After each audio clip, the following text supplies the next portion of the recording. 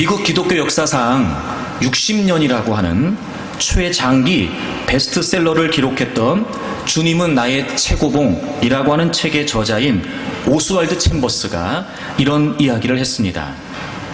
진리를 알고 난 후에 당신의 인생은 결코 같을 수 없다.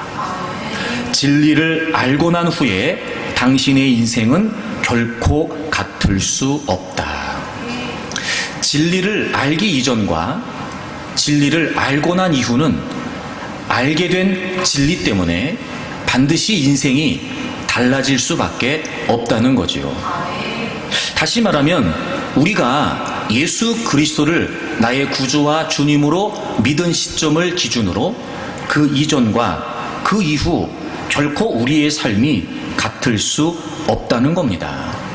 왜냐하면 예수님을 알기 이전에 살았던 것과 이제 예수님을 알게 되었기 때문에 동일하게 살 수 없다는 거지요. 왜냐하면 우리가 믿게 된 바로 그 예수님 때문에 그렇습니다. 특별히 이 예수님을 믿음으로 말미암아 우리의 삶이 변화될 수밖에 없다라고 하는 걸 보면 믿음이라고 하는 것은 단순히 종교 혹은 관념이 아니라 삶 그 자체라고 하는 걸 우리가 알게 됩니다. 그도 그럴 것이 성경에 기록되어 있는 모든 믿음의 사람들의 이야기는 사실 그들이 믿음으로 살았던 이야기를 기록하고 있는 삶의 이야기입니다. 그들은 믿음이 어떤 의미였는지, 그래서 그들은 믿음 때문에 어떤 삶을 살게 되었는지, 그리고 동시에 그 믿음으로 말미암아 그들의 삶에는 어떤 역사가 이루어지게 되었는지, 바로 믿음의 사람들의 이야기는 믿음의 삶의 이야기였던 겁니다. 특별히 여러분, 우리가 예수 그리스도를 믿게 되면 반드시 주어지게 되는 실존적인 존재론적인 변화가 있게 됩니다. 첫째는 우리가 새로운 존재가 된다는 거예요. 여러분, 우리 성경을 좀 찾아보겠습니다. 고린도후서 5장 17절을 보겠습니다. 우리 같이 읽겠습니다. 그런즉 누구든지 그리스도 안에 있으면 새로운 피조물이라 이전 것은 지나갔으니 보라 새 것이 되었도다. 아멘. 누구든지 그리스도 안에 있으면, 그런 걸 보면 예수님을 믿는다는 건 그리스도 안에 있게 된다는 걸 의미하는 거예요. 예수 그리스도 안에 있으면 새로운 피조물이 된답니다. 그러니까 예수 그리스도 밖에 있을 때와 달리 우리가 예수 그리스도 안에 있게 되면 이제 우리가 새로운 존재가 됐다는 거예요. 여러분, 여기서 새로운 피조물이 됐다는 건 새로운 창조라고 하는 것을 의미하는데, 우리의 신분이, 즉 우리의 존재가 말입니다, 완전하게 변화된 상태를 의미합니다. 진화의 개념이 아니고 창조의 개념이에요. 그래서 이전 것은 지나갔다, 이 말은 무슨 의미냐면, 이전에 예수 그리스도를 믿기 이전에 살았던 삶은 우리가 예수 그리스도를 만나게 되면 그 시점에서 다 끝이 난다는 거예요. 그리고 이제 우리는 새로운 창조로 말미암아 그리스도 안에서 새롭게 살 수 있게 되었다는 거예요. 그래서 새 것이 되었다는 겁니다. 여러분, 우리 모두 예수 그리스도를 구주와 주님으로 믿는다면 이제 우리에게 존재적인 변화가 주어집니다. 우리는 새로운 존재가 된 것입니다. 두 번째, 우리에게 주어지는 존재론적인 변화가 있습니다. 이런 마태복음 16장을 찾아보세요. 마태복음 16장 18절을 보시게 되면 예수님이 누구신지 간에 고백했던 베드로의 고백을 들으시고 주는 그리스도시요 살아계신 하나님의 아들이십니다 라고 고백했던 그 베드로의 고백을 들으시고 예수님께서 이렇게 말씀하세요. 또 내가 내게 이르노니 너는 베드로라. 내가 이 반석 위에 내 교회를 세우리니 음부의 권세가 이기지 못하리라. 아멘. 여러분, 베드로가 예수님을 나의 구주요 또 하나님의 아들로 고백했어요. 그랬더니 예수님께서 그 신앙 고백을 들으시고 그 고백 위에, 그 반석 위에, 그 베드로의 신앙 고백 위에 주님의 교회를 세우시겠다, 이렇게 말씀하셨어요. 하나님의 아들이신 그 그리스도에 대한 그 신앙 고백을 기초로 하여 그것을 근거로 하여 이제 너는 내 교회가 된다라고 하신 말씀이에요. 여러분이 교회라고 하는 말은요, 부름을 받는다 혹은 불러낸다라고 하는 의미를 갖고 있습니다. 다시 말해 이제 예수 그리스도를 구주와 주님으로 고백하는 모든 사람들은 주님의 이름으로 모여지게 되는, 부름을 받게 되는 교회 공동체의 지체가 된다는 의미입니다. 그러니까 여러분, 우리가 예수 그리스도를 구주와 주님으로 믿게 되면 우리는 모두 주님의 교회에, 주님을 주님으로 고백한 사람들의 모임이 되는 바로 이 주님의 교회의 지체가 된다는 거죠. 여러분 한 분 한 분이 분명한 신앙 고백을 통해 이제 주님의 교회가 된 것이고, 주님의 교회된 우리가 모여 이렇게 공동체를 이룬 우리 교회 공동체가 바로 주님의 교회가 되는 것입니다. 여러분, 이렇게 우리에게는 실존적인 변화가 일어나게 됩니다. 새로운 존재가 됐고, 그리고 주님의 교회 공동체의 지체가 되었습니다. 그러므로 말미암아 이 존재적인 변화는 반드시 우리에게 삶의 변화를 가져다 준다는 거예요. 한마디로 이런 거 아닐까요? 여러분, 그래서 믿음은요, 다르게 사는 겁니다. 새로운 존재가 되어서 새로운 삶을 산다는 건 이전과 다르게 산다는 걸 의미합니다. 새로운 삶이란 다른 삶을 의미하는 거였어요. 그래서 여러분, 우리는요, 살던 대로 살면 안 되고요, 살게 되는 대로 살면 안 됩니다.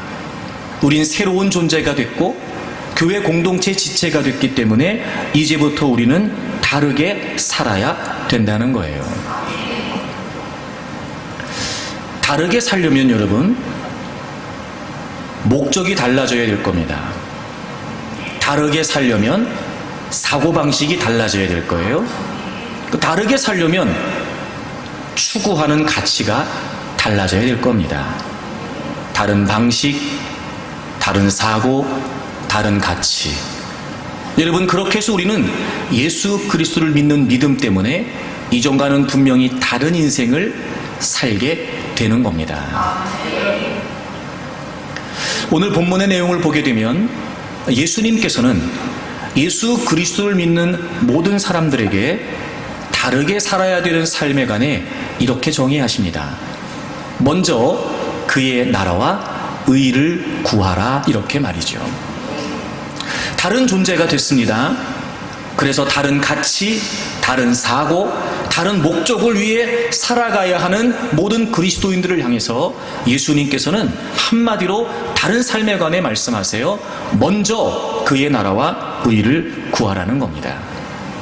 그러니까 여러분, 다르게 산다는 건 무슨 말이냐면 먼저가 있다는 의미예요. 먼저로 살아야 된다는 겁니다. 먼저는 늘 먼저여야 한다는 거예요. 먼저가 나중이 되면 안 된다는 겁니다. 그러니까 우리가 나는 이제 믿음으로 다르게 살아야 되겠다, 새로운 존재가 되었고 이제 교회 공동체 지체가 되었으니 나는 이제 다른 삶을 살아야 되겠다 한다면 우리는 반드시 염두에 두어야 됩니다. 우리에게는 그 어떤 것보다 우선해야 되는 먼저가 있다는 거예요. 다르게 산다는 건 그래서 먼저로 산다는 걸 의미합니다. 우리가 지난 22일 동안 교회를 위해 기도해 왔습니다.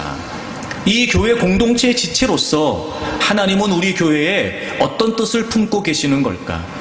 그리고 그 하나님의 위대하신 뜻을 받들어 과연 이 교회 공동체 지체인 나는 어떤 뜻을 감당해야 될까? 여러분, 이렇게 우리가 함께 기도하고 오늘 이 예배에 참여하고 있습니다. 여러분, 우리가 그동안 열심히 기도했고 저는 반드시 하나님께서 우리의 기도를 들으셨다고 믿습니다. 이제 우리의 기도를 통해 하나님은 반드시 우리 안에 하나님의 역사를 펼쳐 가실 텐데, 여러분, 그런 우리가 오늘 교회 창립주일을 맞이해서 이렇게 새로운 존재가 되고 하나님의 백성된 우리가 과연 무엇을 위해 어떻게 살아야 될까? 우리 교회 공동체를 향하신 하나님의 비전은 과연 우리가 어떻게 이해를 하고 감당해 가야 될까? 한마디로 말씀을 드리면 우린 먼저 해야 됩니다. 그 내용은 이렇습니다. 그의 나라와 의를 구하라. 하나님의 나라와 하나님의 의를 구하라고 말씀하십니다. 여러분, 우리가 그 무엇보다 먼저 해야 되는 일은 바로 하나님의 나라와 하나님의 의를 구하는 일입니다. 여러분, 이것이 바로 우리 교회 공동체가 추구해야 될 가장 큰 틀에서의 비전, 우리의 슬로건입니다. 하나님의 나라를 꿈꾸며 하나님의 사람을 세우는 교회.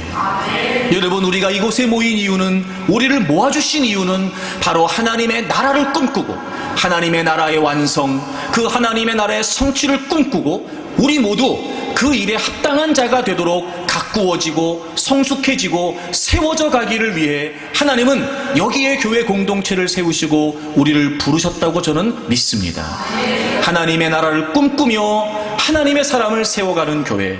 여러분, 그것이 바로 우리가 먼저 해야 될 우리 교회 공동체의 비전이었습니다. 여러분, 우리 모두 이 일에 마음을 모았으면 좋겠습니다. 우리 모두 이 일을 위해 더 힘써 기도하며 전진해 가기를 원합니다.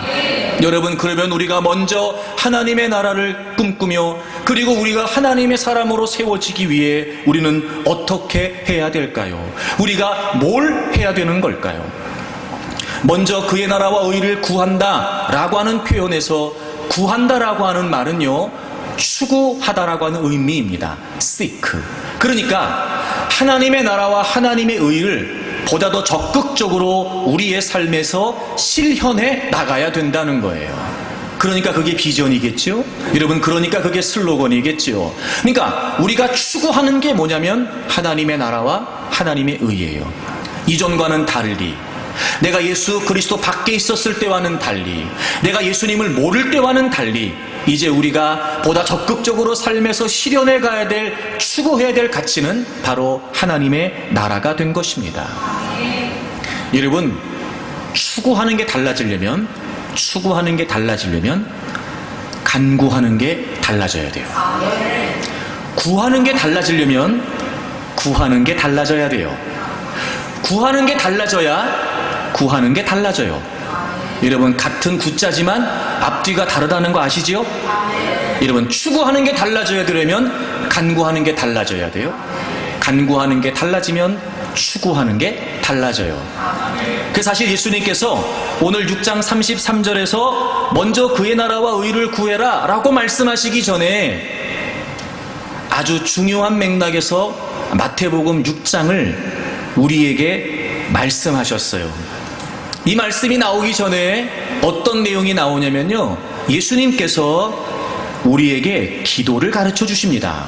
여러분, 마태복음 6장을 보시고 9절에 보시면 그러므로 너희는 이렇게 기도하라 이렇게 되어 있어요. 여러분, 지금 이 시대에 예수님께서 말씀하시는 대상들은 누구냐면 바로 유대인들입니다. 유대인들이에요. 5장부터 시작되는 이 말씀을 보게 되면 많은 무리가, 유대인들이 예수님의 말씀을 듣기 위해 산에 모였고 5장부터 시작된 예수님의 말씀이 이제 6장을 오게 됩니다. 그리고 6장 9절에서 주님이 이렇게 그들에게 말씀하세요. 너희는, 즉 하나님을 믿었던 그들에게 말씀하세요. 너희는 이렇게 기도하라 말이죠. 자, 여러분, 이 말이 좀 의아하지 않습니까? 지금 예수님께서 말씀하시는 대상은요, 유대인들입니다. 즉 하나님을 믿는 자들이었어요. 그들 스스로 하나님께 선택받은 선민이라고는 사상을 갖고 여호와 하나님을 섬기고 있었던 자들이었습니다. 여러분, 그들이 기도에 관해 모를까요? 그들이 기도를 안 하고 있었을까요? 그럴 리가 없습니다. 여러분, 유대인들은요, 철저하게 기도 생활을 했던 사람들이었어요. 늘 하나님께 기도했던 사람들이었다는 거죠. 근데 희한하죠, 여러분? 예수님께서 그렇게 늘 기도하고 있었던, 기도에 관해 모를 리가 없었던 그들에게 너네 이제부터 이렇게 기도해야 돼 라고 기도를 가르쳐 주시고 계시다는 거예요. 이런 무슨 의미일까요? 그런 걸 보면, 야, 너네가 이전까지 기도하고 있었지? 너네 지금까지 기도했다는 거 내가 알고 있다? 그런데 이제부터는 이렇게 기도해야 돼 라고 하는 말씀은 무슨 의미예요? 이제부터는 다르게 기도하라는 거죠. 너네 이렇게 기도했지? 야, 이제부터는 이렇게 기도해? 이러면 이런 뉘앙스인 거예요. 그러니까 기도를 모르는 자들에게 하시는 말씀이 아니라 기도에 관해 잘 알고 있는 자들에게 하시는 말씀이라는 걸 우리가 짐작해 보면 이건 분명히 단순히 기도의 형식이나 형태에 관한 말씀이 아니라 그들이 어떤 내용으로 어떤 의미로 기도해야 되는지에 관한 기도의 본질을 말씀하고 계시는 거예요. 다르게 기도하라는 거예요, 여러분. 그리고 주님이 먼저 그의 나라와 의를 구하라고 말씀하신 거예요. 아하, 여러분, 추구하는 가치가 달라지려면 간구하는 내용이 달라져야 된다는 거예요. 그래서 주님은 너네는 이제부터 이렇게 기도해 라고 말씀하세요. 그리고 제일 먼저 하늘에 계신 우리 아버지요 이렇게 가르치세요.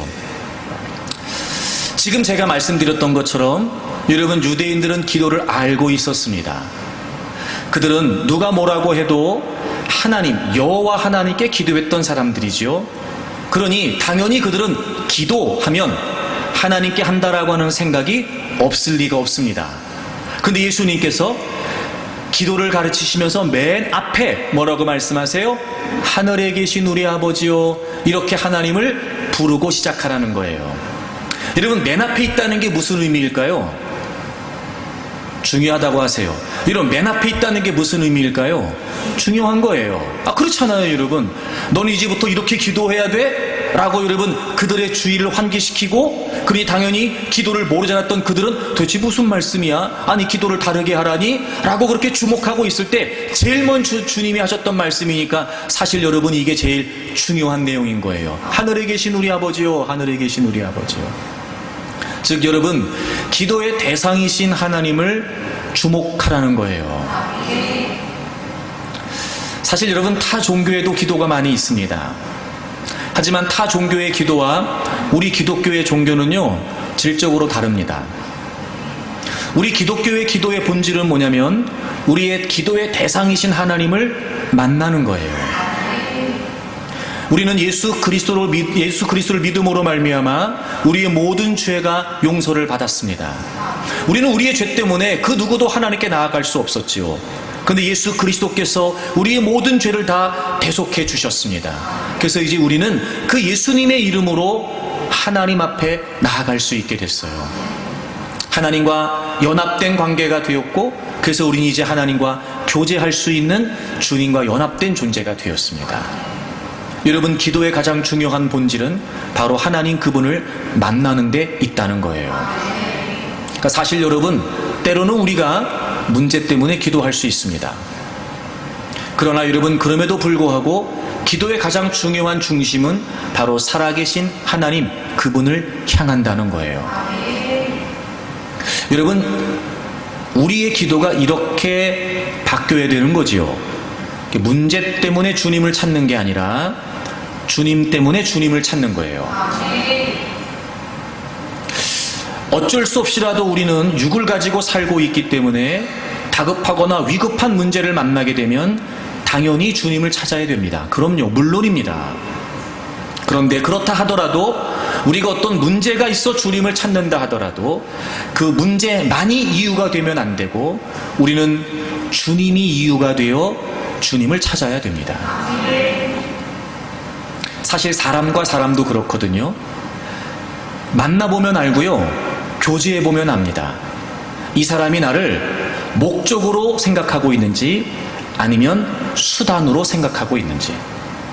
여러분 아마 느껴보신 적이 있으실 거예요. 그냥 내가 좋아서 나를 보려고 하는 사람은요, 더 만나고 싶고 더 함께하고 싶어요. 근데 단순히 나를 어떤 필요에 의해 수단으로 삼고 만나는 사람은요, 한두 번은 어쩔 수 없어서 만나줄 수 있고 이미 형성된 관계 때문에 거절할 수 없을 수 있어요. 하지만 여러분, 그런 식의 만남을 계속 이어가는 건 불가능합니다. 여러분, 오늘 주님이 다르게 기도하라고 말씀하시면서 다른 가치를 추구해야 되는 우리에게 다르게 기도하라고 말씀하시면서 제일 중요한 말씀을 하세요. 이제 우리의 기도의 이유가 단순히 문제나 문제 해결이 아니라 주님이 돼야 된다는 거예요. 여러분, 우리가 구하는 게 달라졌으면 좋겠습니다. 무엇보다 이제부터는 우리가 구할 때마다 주님이 이유가 돼서 주님을 찾는 거예요. 이런 경험도 좀 있었으면 좋겠어요. 너무 급한 문제 때문에 정신없이 주님 도와주세요, 해결해 주세요 그러고 시작했어요. 근데 점점 주님이 의식되기 시작하고 이제 주님 때문에 그 자리에 있게 되는 거지요. 그러면서 그 다급했다라고 느꼈던 문제가 전혀 문제가 되지 않는 거예요. 그냥 그 주님과 보내는 시간 그 자체가 너무 내게 좋아지는 거예요. 하여튼 여러분, 이 얘기가 좀 아멘이 되는 그런 얘기가 되면 좋겠어요. 뭔가 좀 이렇게 얘기할 때마다 알아듣는구나 뭐 이런 거 말입니다. 이런 거. 네. 그래서 여러분 더 이상 그게 문제가 안 되는 거예요. 주님이 계셨지. 이렇게 좋은데. 맞다, 주님은 그 문제보다 더 크고 위대하신데. 주님이 나한테 계시는데, 나에게 함께 하시는데, 내가 왜 걱정했는지 몰라. 주님, 그 주님이시니까 좋으네요. 막 이런 거 말이에요, 여러분. 문제는 해결되지 않았는데 주님을 찾기 이전과 주님을 찾고 난 이후가 기도하는 내가 달라지기 시작하는 거예요. 오히려 주님을 더 신뢰하게 되고, 그래서 주님께 맡기게 되고, 그런 가운데 여러분 평안도 얻게 되고, 여러분 이렇게 우리가 정말 그 주님과 교제하는, 주님과 친밀함을 누리는 기도다운 기도가 될 수 있다면 여러분 정말 우리는요 그 어떤 삶의 상황이라도 극복하고 뛰어넘게 될 줄로 믿습니다. 여러분 이제 기도할 때마다 주님이 이유가 되어 기도하는, 다른 가치를 추구해야 되는 우리가 다른 기도가 있기를 바랍니다. 그리고 주님께서 기도를 이렇게 가르치세요. 세 가지를 말씀하시는데요. 9절에 보시면 하늘에 계신 우리 아버지여, 그 다음에 이름이 거룩히 여김을 받으시오며 나라가 임하시오며 뜻이 하늘에서 이루어진 것 같이 땅에서도 이루어지이다, 이렇게 얘기해요. 여러분, 우리가 간구하는 게 달라져야 추구하는 게 달라질 수 있습니다. 그 주님이 기도에 관해 다르게 기도하라고 이렇게 말씀하세요. 이름이 거룩히 여김을 받으시고 나라가 임하시고 뜻이 이루어지이다.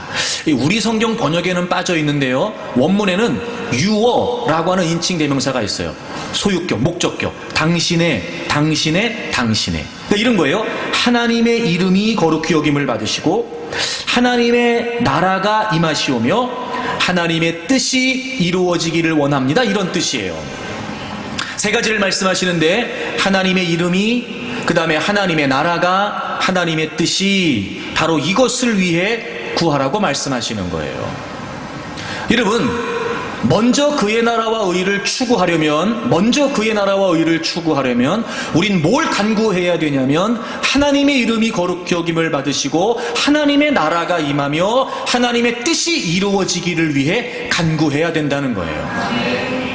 그러니까 하나님의 나라, 하나님의 의를 추구하는 그 내용이 뭐냐? 하나님의 이름이 거룩히 여김을 받으시고 하나님의 나라가 임하시오며 하나님의 뜻이 이루어지기를 원하신다는 거예요. 그럼 여러분, 하나님의 이름이 거룩히 여김을 받는다, 이게 무슨 말일까요? 여러분, 하나님의 이름이라는 의미는요, 하나님 그분의 존재를 말해요. 그러니까 하나님 그분께서 거룩히 여김을, 즉 영광을 받으시기를 원합니다, 이런 의미겠죠. 여러분, 제가 한 가지 여러분에게 묻겠습니다. 자, 우리가 하나님을 거룩히 여기지 않으면 하나님은 거룩하게 안 되시는 건가요? 그럴 리가 없지요. 여러분, 우리가 하나님께 영광을 돌리지 않으면 하나님은 영광을 받지 못하시는 걸까요? 그렇지 않아요.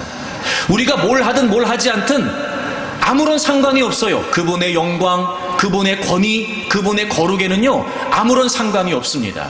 그럼에도 불구하고 왜 하나님 거룩히 여김을 받으시오며 이렇게 영광을 받으시오며 왜 이렇게 기도하라고 말씀하신 걸까요? 이게 무슨 의미일까요? 우리가 살아가고 있는 삶의 현장에서 말입니다, 우리는 늘 하나님이 영광을 받으시도록, 우리 때문에 영광스러운 하나님이 영광을 받으시고 우리 때문에 이미도 거룩하신 하나님이 하나님은 거룩하신 분이시군요 라고 이렇게 하나님이 하나님 되시도록 살라는 거예요. 다시 말해 여러분, 우리의 모든 삶은 하나님을 영화롭게 하는, 우리 때문에 하나님이 영광을 받으시고 우리 때문에 하나님이 찬양을 받으시는, 바로 우리로 인해 하나님이 영광을 받으시는 그런 존재가 되도록 우리가 그렇게 살라는 거예요. 그걸 추구하라는 겁니다. 하나님은 이미 하나님이시고 거룩하시고 권위 있으시고 영광 있으신 분인데 오히려 우리 때문에 하나님이 뭐 저런 분일까? 하나님을 믿는다는 저 사람들을 보니까 아이고 하나님은 뭐 별거 아닌가 보네. 아이고 하나님이 저렇게 아무것도 아닌가 보네. 이렇게 되지 않도록, 저분들을 보니까, 하나님을 믿는 저분들을 보니까, 교회 다니는 저분들을 보니까, 야, 하나님은 정말 아름다운 분이시네. 와, 하나님은 정말 진실한 분이신가 보다. 이렇게 우리를 통해 하나님이 하나님 되시도록 살라는 거예요. 그래서 여러분, 우리 교회 공동체는요, 하나님의 나라를 꿈꾸고 하나님의 사람을 세우는 이 슬로건과 함께 몇 가지 중요한 표어를 정해놓고 있지요. 그 중에 하나가 뭐냐면 예배의 공동체가 되는 겁니다. 바로 여러분, 하나님이 영광을 받으시도록 우리는 우리의 모든 삶이 하나님께 드려지는 예배가 돼야 돼요. 하나님을 영화롭게 하는, 하나님을 찬양하는, 그리고 하나님의 이름이 거룩히 여김을 받으시도록, 여러분, 우리가 하나님 앞에 드려지는, 즉 하나님의 영광을 위해 드려지는 산 제물들이 되어서 우리의 모든 삶의 전폭이, 야, 저 사람이 사는 걸 보니까 하나님은 저런 분이시겠구나 라고 그들도 우리를 통해 하나님이 하나님 되심을 알게 되고 인정할 수 있도록, 여러분, 그것이 바로 우리 교회 공동체가 앞으로 추구해 가야 되는 표, 예배 공동체입니다. 저와 여러분이 그런 존재가 되기를 바랍니다. 여러분, 점점 이 시대는요, 기독교 때문에, 교회 때문에 이젠 하나님도 인정하지 않는 시대가 되어버렸어요. 너무 안타깝습니다. 여러분, 이건 너무 가슴 아픈 현실입니다. 특별히 목회하는 목사로서 저는 더 무거운 책임감을 느낍니다. 제가 뭐 대단한 사람이 아니기 때문에 제가 뭐 다른 건 못할지 모르겠어요. 하지만 여러분, 우리 교회 공동체만큼은 그렇게 가꾸어지기를 마음이 있습니다. 교회 공동체 지체된 여러분들은 그런 분들이 되기를 원하는 마음으로 저는 목회할 겁니다. 여러분, 우리가 그런 선한 영향력을 줄 수 있으면 좋겠어요. 우리 때문에 하나님이 오히려 영광을 받으시고, 야, 세상 보니까, 교회 보니까 타락했더라, 변질됐더라, 더럽더라, 야, 그런데 한국중앙침례교회 다니는 분들 보니까 그런 것만은 아닌가 보더라, 이렇게 말입니다. 이렇게 말입니다. 그렇게 이미 예수 그리스도를 믿는 여러분의 삶이 다 하나님께 드려진, 예배자로서 하나님께 드려진 삶이 되어, 하나님, 저는 하나님의 영광을 위해 존재합니다 라고 하는 이 예배 공동체라고 하는 의식이 우리에게 있다면, 여러분, 그것이 곧 우리가 하나님의 나라를 추구해 가는 거예요. 그 일을 위해 기도하십시오. 여러분의 기도가 달라지기를 바랍니다. 하나님의 이름, 두 번째가 뭐냐면 하나님의 나라가 임하시오며예요. 하나님의 나라가, 여러분, 제가 여러 번 설명드린 적이 있는데, 여기에서 나라라고 하는 표현은 영토를 말하는 것이 아니라 영역을 말합니다. 영역을. 여러분, 우리가 예수 그리스도를 믿기 이전에 우리는 죄와 사단의 지배를 받고 있었어요. 즉 원수 마귀의 영역 아래에 있었습니다. 그런데 예수 그리스도께서 우리의 모든 죄를 다 담당해 주셨지요. 그리고 우리를 그 죄에서 건져주셔서 이제 하나님의 다스리심을 받는 하나님의 백성, 하나님의 나라가 되게 하셨어요. 여러분, 이제 우리는요, 하나님의 통치를 받는 하나님의 영역 안에 있는 하나님의 백성, 즉 하나님의 나라가 된 것입니다. 그런데 나는 이제 하나님의 나라가 되어 하나님의 자녀로서 하나님의 은혜와 축복을 구하며 누리며 살 수 있는 존재가 되었는데, 여러분, 아직도 예수 그리스도를 믿지 못한 채 하나님의 나라가 되지 못하고, 그리고 여전히도 죄와 사단의 권세 가운데 있는 믿지 않는 자들이 있습니다. 여러분, 하나님의 꿈은 나만 예수를 믿어 하나님의 나라가 되는 것이 아니고 모든 민족과 열방이 바로 그 예수 그리스도를 통해 다 하나님의 나라가 되기를 기대하고 계시는 거예요. 그래서 우리가 구할 때마다 하나님의 나라가 이루어지도록, 하나님의 나라가 임하도록, 이게 무슨 말이냐면, 먼저 하나님의 나라가 된 나를 통해 하나님, 이 땅에 하나님의 나라가 확장되게 해주시고 궁극적으로 하나님의 나라가 완성되게 해주십시오. 여러분, 그걸 위해 구하라는 겁니다.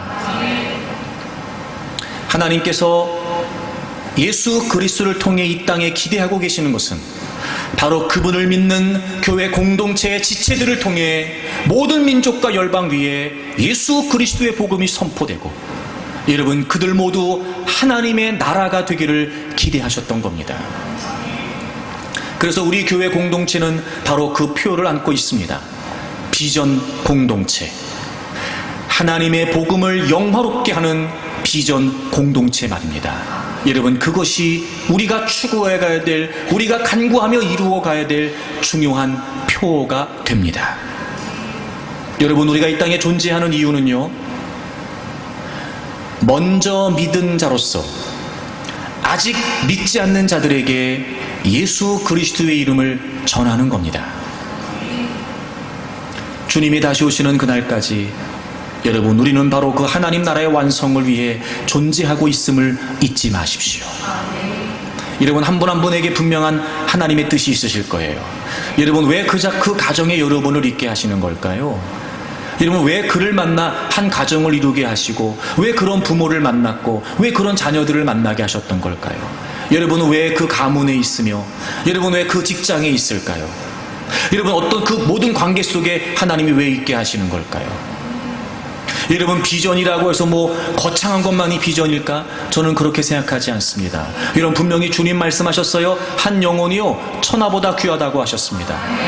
여러분, 한 영혼을 가슴에 품고 그 한 영혼이 주님께로 돌아오기 위해 몸부림치는 것, 여러분, 그 한 영혼을 위해 눈물을 쏟는 것, 그 한 영혼을 위해 섬기는 것, 그래서 그 한 영혼이 하나님을 믿게 되는 것, 이거 여러분 가장 위대한 일입니다. 가장 위대한 일입니다.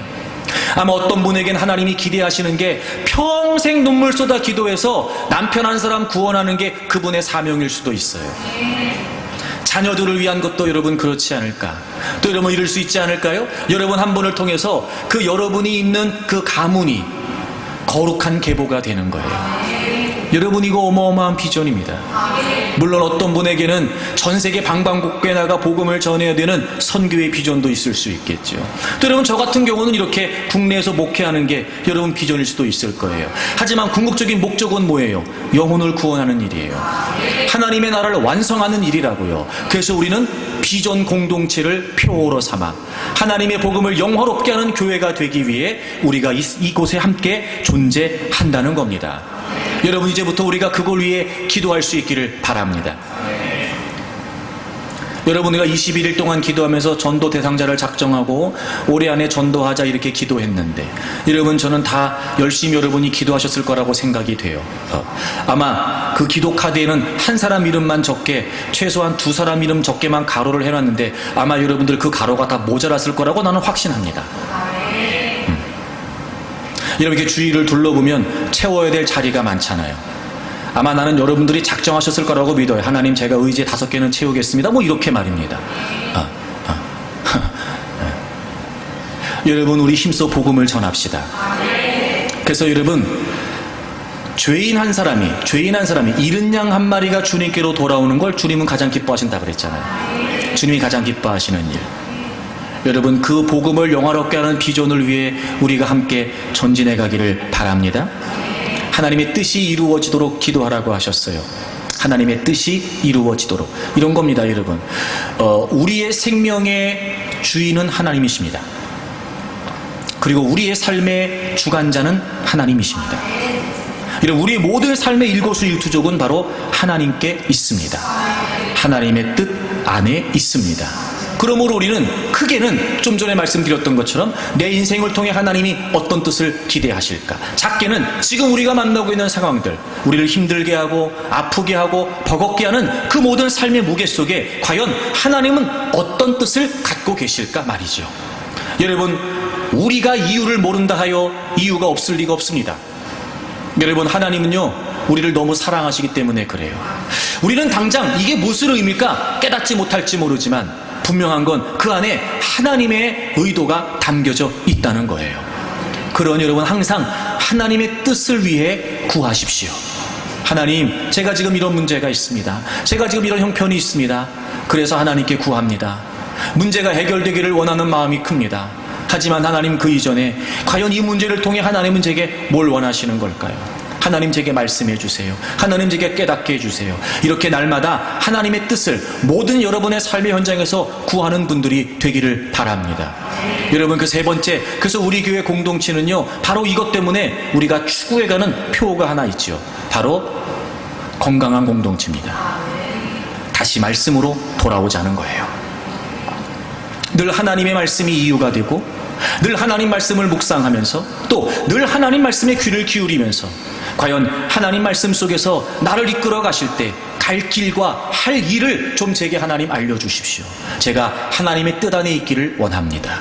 여러분, 우리가 하나님의 뜻을 알 수 있는 것은 오직 하나님의 말씀뿐입니다. 그러므로 정말 여러분의 삶을 향하신 그 구체적이면서도 세밀한 하나님의 뜻을 모든 삶의 현장에서 깨우치고 그 뜻대로 살아가기를 여러분들이 원한다면 여러분 더 말씀에 집중하시기를 바랍니다. 요즘 보면은 더 열심히들 말씀을 읽으시는 것 같아서 참 너무 감사해요. 열심히 안 읽었던 분들도 읽고 조금 읽었던 분들이 더 많이 읽는 분들도 있는 것 같고, 열심히 또 여러분 말씀을 들을 때마다 열심히 들으려고 하는 분들이 계셔서 참 너무 감사하고 저는 아주 좋은 현상이라고 생각이 되어집니다. 여러분 더 열심히 말씀에 열심을 내십시오. 열정을 가지시고요, 사모하는 마음을 가지세요. 그래서 하나님 말씀을 통해서 이 객관적인 하나님 말씀, 먼 옛날 기록되었던 어찌 보면 오늘을 살아가고 있는 내게 무슨 의미가 있을까 싶은 이 하나님의 말씀이 그럼에도 시대가 변하고 상황이 변하고 세대가 바뀌어도 변하지 않는 유일한 진리가 되는 하나님의 말씀을 앞세워 여러분의 삶의 현장에 하나님의 뜻을 깨닫기를 원한다면 반드시 하나님께서는 말씀을 통해 여러분의 삶을 이끌어 주실 줄로 믿습니다. 이 하나님의 말씀을 추구함으로 여러분의 삶의 길에 빛이 되고 여러분의 삶의 발에 등이 되는 하나님 말씀을 경험할 수 있기를 바랍니다. 그래서 우리는 건강한 공동체, 다시 말씀 앞으로 돌아오자는 거예요. 예배 공동체, 우리의 모든 삶을 하나님께 드려 하나님이 영광을 받으시기를 추구하자는 거죠. 비전 공동체, 복음을 영화롭게 하여 하나님의 나라가 이 땅에 이루어지기를 구하자는 거예요. 여러분, 이렇게 우리의 간구가 달라지면 우리가 추구하는 가치가 분명히 달라질 수 있습니다. 그런데 여러분, 이렇게 우리가 하나님의 나라, 하나님의 이름, 그리고 하나님의 뜻을 위해 구하는 게 여러분 그냥 되지는 않아요. 다른 가치를 위해 살려면 다른 간구가 필요해요. 그리고 또 하나, 다른 방향이 필요합니다. 다른 방향. 그래서 주님께서 이렇게 기도를 쭉 가르치시더니 마태복음 6장 19절을 보세요. 19절. 주님이 이런 말씀을 하시네요. 너희를 위하여 보물을 땅에 쌓아두지 말아라.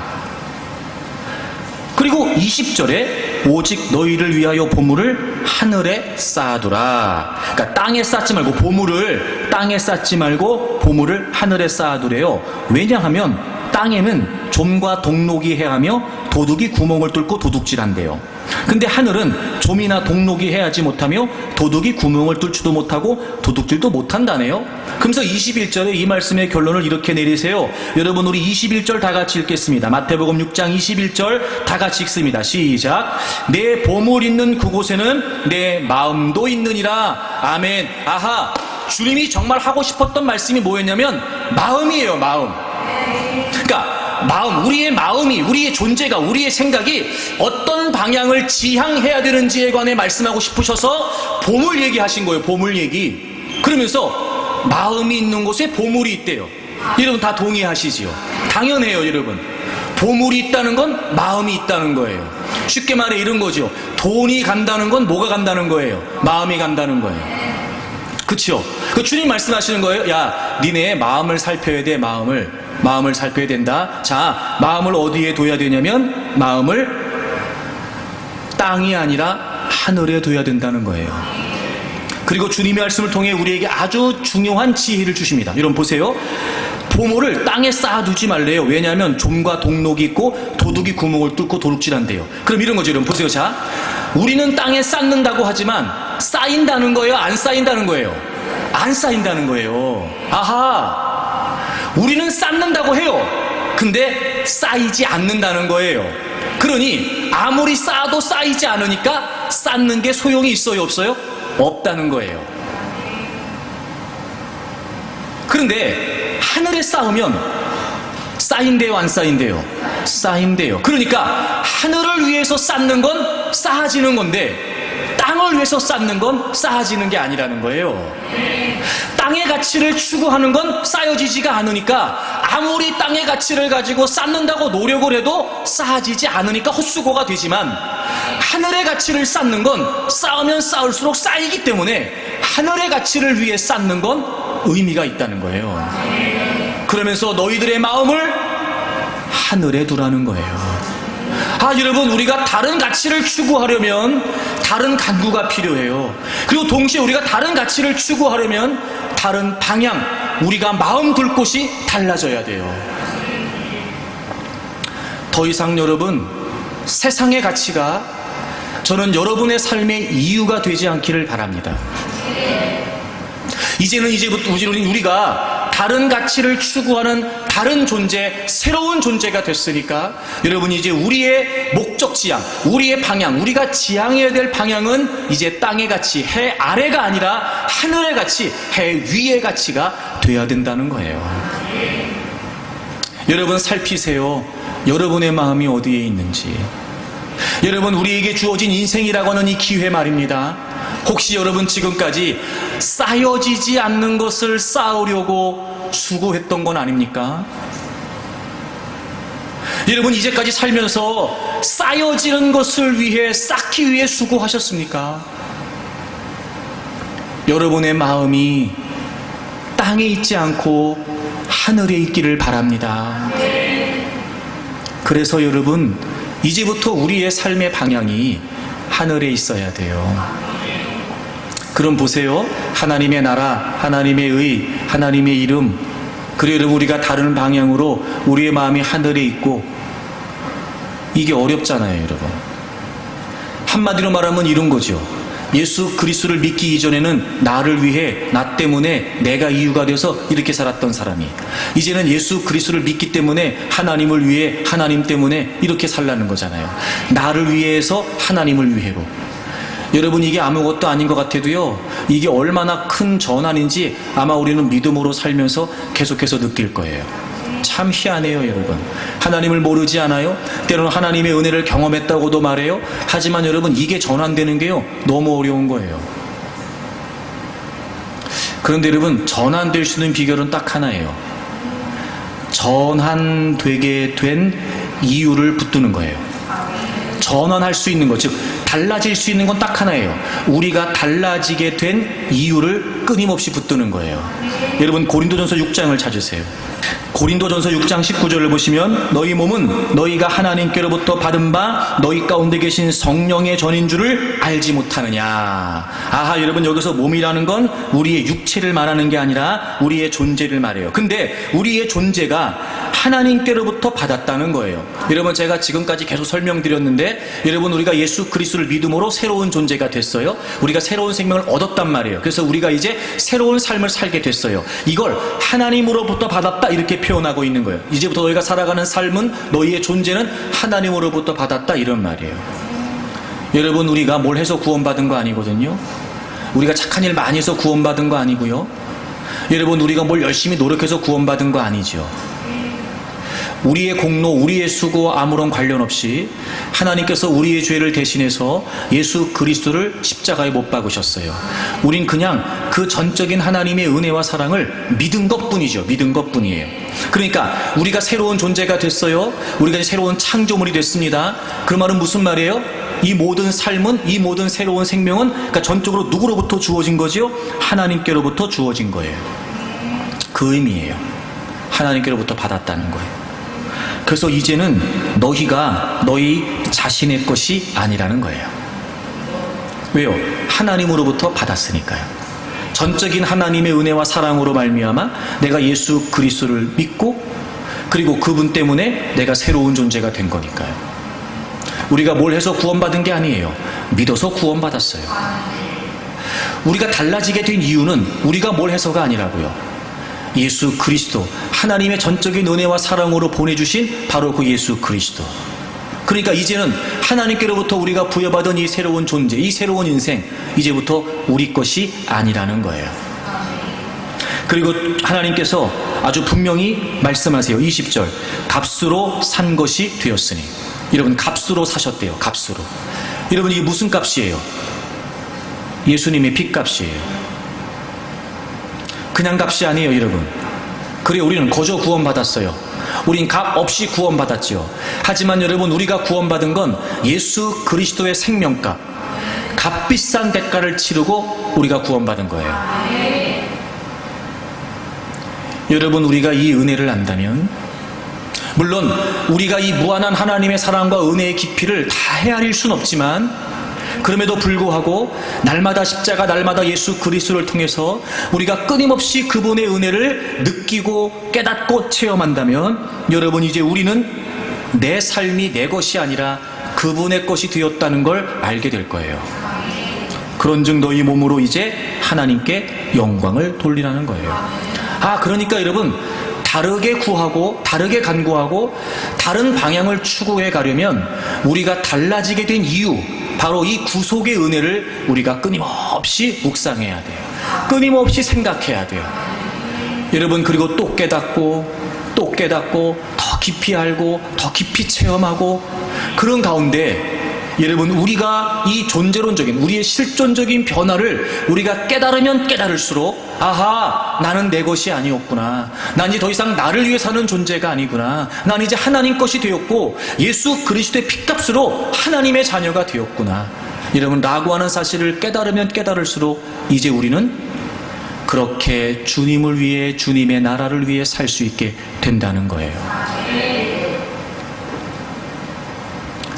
자, 여러분, 우리가 다른 가치를 추구하려면 다르게 간구해야 되고요, 다른 방향으로 이제 우리는 지향을 해야 돼요. 그럼 이제 한 가지 의문점이 남죠. 근데 그게 안 되는 이유가 뭐예요? 그게 쉽지 않은 이유가 뭐죠? 생존이에요. 제가 지금까지 설명드린 이 많은 이야기를 여러분이 모르실 리가 없어요. 근데 쉽지 않아요. 왜 그러죠? 우리가 육을 가지고 살아야 되니까. 사실 우리에게 있어 먹고 사는 문제는요, 가장 큰 문제가 돼요. 여기서 있는 저도 마찬가지예요. 그 누구도 생존의 문제에 관해 자유할 수 있는 사람은 아무도 없어요. 다시 말하면 이런 거죠.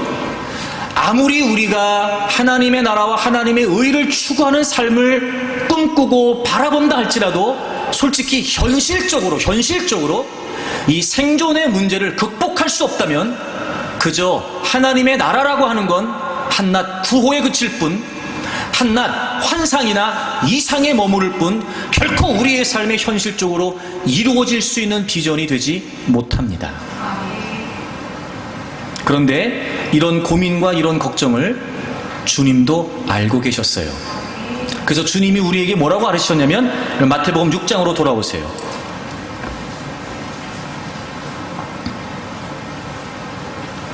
11절을 보시면, 오늘 우리에게 일용할 양식을 주시옵고, 그러니까 기도를 가르치시면서 하나님의 나라, 하나님의 이름, 그리고 하나님의 뜻을 위해 기도해라 라고 말씀하시면서, 그렇게 살아가는 삶의 현장에 우리가 반드시 부딪힐 수밖에 없는, 그리고 아주 우리를 가로막는 가장 큰 걸림돌이 되는 이 생존의 필요의 문제에 관해 주님도 알고 계셨어요.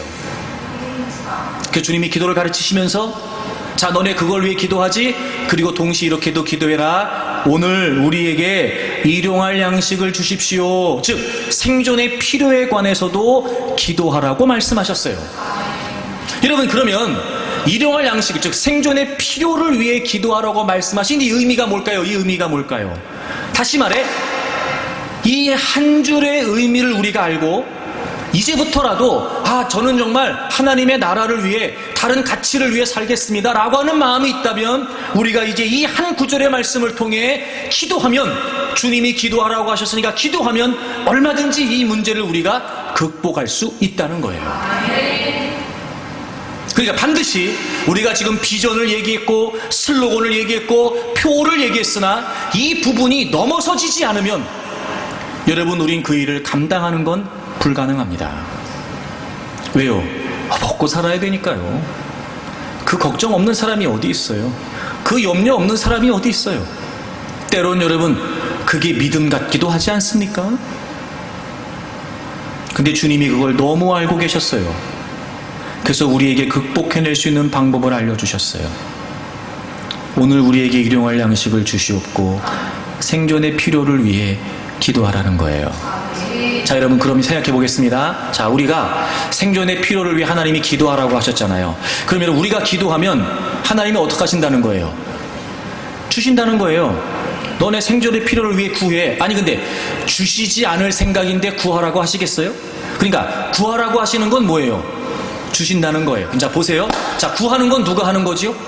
우리가 하는 거예요. 그럼 주시는 건 누가 주시는 거예요? 하나님이. 자, 이런 거예요. 자, 너네 생존의 문제, 필요의 문제를 위해서 기도해, 구해, 그럼 내가 줄게. 이렇게 말씀하시는 거잖아요. 그러니까 우리는 구하는 거고 주시는 건 하나님이에요. 이게 무슨 의미일까요, 여러분? 그럼 생존의 필요가 우리에게 달려있다는 거예요? 하나님께 달려있다는 거예요? 하나님께 달려있다는 거예요. 생존의 필요를 위해 구하라는 건 미리부터 여러분의 관심을 좀 꺾는 말인지 모르겠지만 생존의 필요를 위해 구하라는 건 구하는 대로 주시겠다는 게 아니에요. 여러분, 우리가 어떻게 생존의 필요를 극복할 수 있냐면 주시는 분이 하나님이시라는 건 우리의 생존의 필요는 나에게 달려있는 것이 아니라 하나님께 달려있다는 거예요. 그래서 이 말이 무슨 말일까? 맡기라는 거예요. 그 말이 무슨 말일까? 하나님이 책임지시겠다는 거예요. 여러분, 전도서 3장 13절을 보세요. 다 같이 읽겠습니다. 사람마다 먹고 마시는 것과 수고함으로 낙을 누리는 그것이 하나님의 선물인 줄도 또한 알았도다. 아멘. 사람마다 먹고 마시는 거 생존, 수고함으로 낙을 누리는 거, 수고의 열매를 얻는 거, 이게 다 뭐래요? 하나님의 선물이래요. 여러분, 솔로몬은요, 해볼 거 다 해보고 갖고 싶은 거 다 가져보고 누릴 거 다 누려보고 살았던 왕이었어요. 그가 인생의 노년에 마치 인생의 철학서처럼 쓴 책이 전도서예요. 그 얘기하는 거예요. 먹고 마시는 거, 내가 노력하고 수고해서 결실과 열매를 얻는 거, 그게 다 뭐래요? 하나님의 선물이래요. 여러분, 이 선물이라고 하는 단어가 준다라고 하는 말에서 파생된 단어예요. 여러분, 원래 하나님이 우리 인간을 만드실 때요, 맨 마지막에 만드셨어요.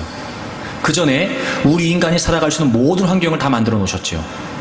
그리고 우리 인간에게 다른 피조물과 달리 독특한 축복을 하셨어요. 생육하고 번성하라는 말은 다른 피조물도 그렇게 복을 주셨어요. 근데 특별히 우리 인간에게만 주신 복이 있어요. 다스리라는 거예요. 이게 무슨 말이냐면 누리라는 거예요. 그러니까 하나님은 이 모든 걸 만드신 이유가 뭐예요? 우리가 누리고 살게 하기 위해 만드신 거예요. 원래 여러분, 창조의 원리는요, 우리 인간이 살아가는 모든 삶의 조건은요, 하나님으로부터 주어졌단 말이에요. 그럼 그거 인정하라는 거예요. 주시는 분은 하나님이세요. 하나님이 책임지시겠다는 거예요. 그러니까 우리는 우리의 생존의 필요에 관해 하나님께 맡기려고 해야 돼요. 우리에게 달려있지 않아요? 하나님께 달려있어요. 그리고 또 하나, 일용할 양식을 구하래요. 여러분, 일용할 양식. 이게 무슨 말이죠? 하루치 구하래요. 자, 여러분, 제가 여러분에게 질문하겠습니다. 자, 여러분이 하루를 살아가면서 필요한 게 얼만큼인지 알아요? 몰라요? 안다. 모른다. 안 드시는 분 뭐예요? 3번 없어요. 안다. 모른다. 어차피 안 드실 거죠? 네. 아시는 분 제가 물어볼게요. 다시. 자, 얼마가 필요해요? 하루 살면서. 얼마 필요하죠? 뭐가 필요해요? 하루 살면서. 우리 몰라요. 어떻게 알아요? 왜요? 우리가 오늘 하루를 살면서 어떤 일이 생길지 모르니까요. 그죠? 그럼 우리는 모르지만 누구는 아실까요? 하나님은 아세요. 그럼 여러분, 일용할 양식을 구하라고 하시는 게 어찌 보면 얼핏 보면 말이 안 돼요. 왜? 우린 일용할 양식을 모르는데? 근데 일용할 양식을 구하라잖아요. 그게 무슨 말이에요? 우리 모르잖아. 어떻게 모르는 걸 구하라고 하실 수가 있을까? 그러니까 이거는 무턱대고 구하라는 의미가 아니었던 거예요. 우리는 모르지만 누군 아신다고요? 하나님은 아세요. 자, 그럼 이런 거죠. 하나님이 주시는 것으로 충분한 거예요. 하여튼 아멘 해주셔서 너무 감사해요. 사실 저는요, 아멘 잘 안 돼요. 여러분, 주시는 것으로 만족하는 게 쉬워요? 어려워요. 어렵습니다, 여러분.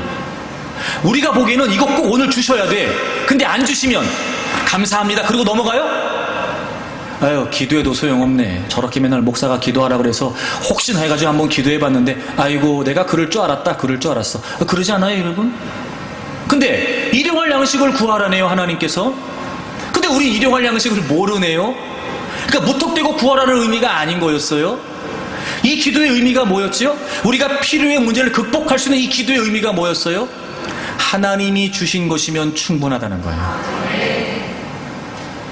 그러니까 우리가 필요에 관해 구해야죠. 여러분, 저도 그렇지만 아직 그 우리끼리 얘긴데, 여러분 어차피 구하는 거 여러분 좀 많이 달라고 구하세요. 많이 달라고. 그럼요 여러분. 예, 많이 달라고. 이왕이면 여러분 더 달라고도 좀 해보고. 그런데 어차피 주시는 건 누구세요? 하나님이세요. 그러니까 이런 거지. 나는 오늘 이게 꼭 필요했어. 근데 하나님 이걸 안 주셨으면 우리가 어떻게 생각해? 이거 오늘 안 필요한 거였구나. 하나님 알겠습니다. 제가 오늘 구했는데 이거 안 주신 거 보니까 이거 오늘 안 필요한가 보네요. 알았어요 하나님. 그리고 내일 되면 또 어떻게 하면 돼요? 또 구해요. 내일 되면. 우린 모르지만 구하라고 하셨잖아요. 그 내일 되면 구했어. 근데 내일 또 안 주셨어. 그럼 필요한 거야 안 필요한 거야? 안 필요한 거지. 원망하고 불평하지 말고 하나님 오늘 필요한 줄 알았는데 이거 오늘도 아니었네요. 그리고 생각해보니까 오늘 이거 주셨네요. 그게 아니라 이거 필요했나 보네요. 하나님 감사합니다. 하나님 주신 것으로 제가 감사할게요. 이렇게 기도하라는 거예요. 그럼 보세요. 우리가 생존의 필요에 관해 얼마나 힘든지 모르지 않으신 하나님께서 이 부분에 관해 이렇게 구하라고 맡기면 책임져 주시겠다고 얘기하신 걸 보면 이제 확실하죠. 우리가 존재하는 이유는 생존이 아닌 거예요. 그쵸 여러분? 필요가 아닌 거예요. 그건 주시겠다고 했고 책임지시겠다고 했으니까. 그래서 우리가 생명을 살리는 구원 사역과 열방을 섬기는 선교 사역과 다음 세대를 세우는 섬김 사역을 위해 살자는 거예요. 여러분 이제 우리가 이 말씀을 가슴에 품고 우리 교회 공동체의 비전을 가슴에 품고 우리 한 분 한 분을 향하신 하나님의 뜻이 무엇일까 깨달아가면서 과연 그럼 난 뭘 할 수 있을까? 이런 고민을 갖고 기도하면서 여러분 한 분 한 분이 이 일에 보다 더 능동적이고 적극적으로 참여할 수 있기를 바랍니다. 이제 여러분 우리 다른 가치를 추구하자고요.